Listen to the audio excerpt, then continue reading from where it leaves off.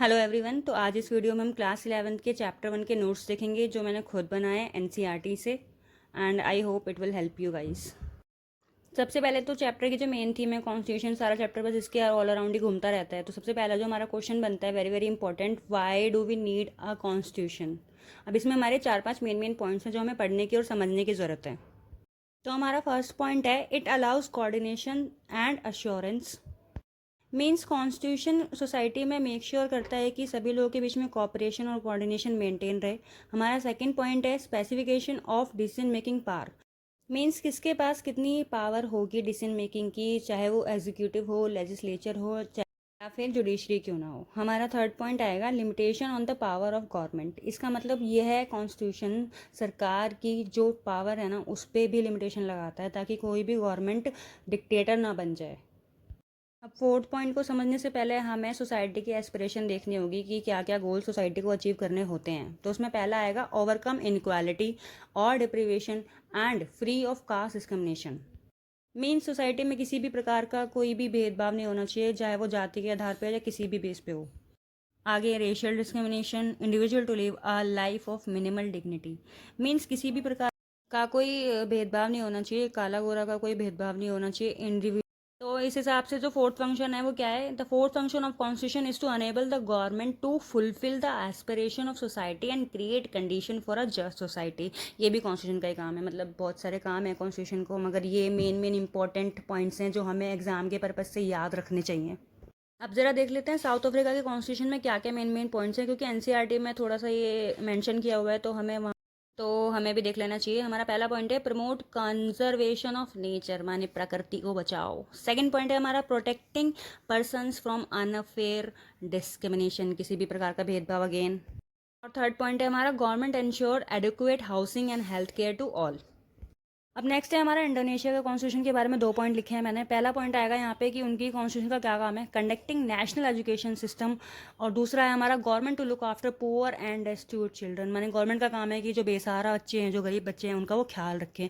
अगला है हमारा जर्मन कॉन्स्टिट्यूशन, एनसीईआरटी में थोड़ा सा इसके बारे में हिंट दे रखा है। बाकी जो उनका कॉन्स्टिट्यूशन है वो बस एथनिक आइडेंटिटी पे बेस्ड है। अगला देख लेते हैं, यहाँ पे एक छोटा सा क्वेश्चन लिखा हुआ है मैंने कि constitution which are created in the aftermath of popular national movement, माने वो कौन सी कॉन्स्टिट्यूशन है जो बहुत ही ज़्यादा नेशनल मूवमेंट और स्ट्रगल के बाद बने हैं, काफ़ी मेहनत के बाद बने हैं। तो वो 3 आएंगे। सबसे पहला तो हमारा इंडियन कॉन्स्टिट्यूशन ही है, ठीक है, दूसरा हमारा यूएस से है और तीसरा साउथ अफ्रीका कॉन्स्टिट्यूशन है। सबको पता है कि बहुत ज़्यादा स्ट्रगल के बाद ये तीनों कॉन्स्टिट्यूशन बनाए गए हैं।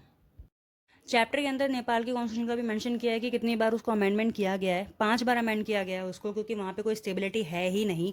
पहले वहाँ पे मोनार्की थी, अब फाइनली वहाँ पे डेमोक्रेटिक गवर्नमेंट आ चुकी है, ठीक है। तो 5 बार जो हुआ है देख लेते हैं। पहला हुआ था 1948 में, फिर 51 में, फिर 59 में, फिर 62 में और फिर 90 में।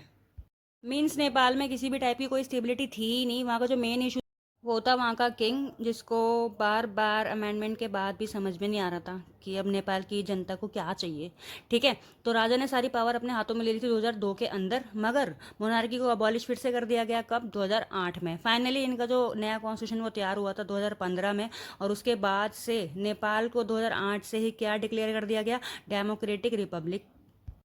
यहाँ पे मैंने एक छोटी सी डेफिनेशन लिखी हुई है यूनिवर्सल सफरेज की। यूनिवर्सल एडल्ट फ्रेंचाइज कुछ भी नहीं है, बस एक एज के बाद सभी को जो वोटिंग राइट्स हैं वो मिल जाते हैं, respective of their religion, caste, education, gender और इनकम। यहाँ पे मैंने चैप्टर में से कुछ एनसीईआरटी का डाटा लिखा हुआ है कि कॉन्स्टिट्यूंट असेंबली में मेंबर्स कैसे इलेक्टेड हुए थे, ठीक है। 10 लाख लोगों पे एक रिप्रेजेंटेटिव था, और जो उनके इलेक्शन हुए थे वो इनडायरेक्ट हुए थे। इसमें जो 3 मेन कम्युनिटीज़ थी, मुस्लिम, सिख और जनरल, ठीक है। यहाँ पे एक नोट लिखा हुआ है, उसको देख लेते हैं एक बार। Member of each community in provincial legislative assembly elected their own representative by method of proportional representation. तो ये इलेक्शन का एक तरीका होता है जो कि हम आगे आने वाले चैप्टर 3 में आई थिंक पढ़ेंगे। बाकी जो मेंबर थे वो 2 टाइप के स्टेट से आ रहे थे। पहला जो ब्रिटिश रूल प्रोविंस थे वो थे 292 वहाँ से, और दूसरा जो प्रिंसली स्टेट थे, माने राजा महाराजा के स्टेट थे, वो थे 93। अब थोड़ा सा नीचे आ जाते हैं और देख लेते हैं सोशल डेमोक्रेसी की डेफिनेशन, क्योंकि ये चैप्टर में मेंशन है and it is a little bit important. तो social democracy means a way of life which recognize liberty, equality and fraternity as the principle of life. Means जीवन जीने का जो तरीका है उसमें ये प्रिंसिपल्स लागू होने चाहिए। कौन कौन से, लिबर्टी के, इक्वालिटी के एंड फ्रेटर्निटी के। These principle are not to be treated as separated, तो इनको अलग अलग नहीं देखा जाना चाहिए।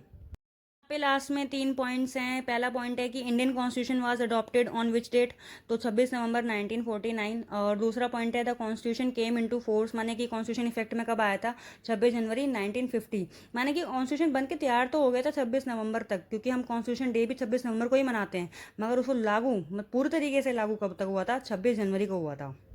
और हमारी कॉन्स्टिट्यूंट असेंबली में कितने ऐसे मेंबर थे, वो थे 28। बस ये डाटा इनफ है, काफ़ी मेरे नोट्स में मुझे ऐसा लगता है कि बाकी अगर आपको लगता है कि कुछ इंपॉर्टेंट है आपके चैप्टर के हिसाब से, तो you should make notes of them and for UT and for exam purpose as well.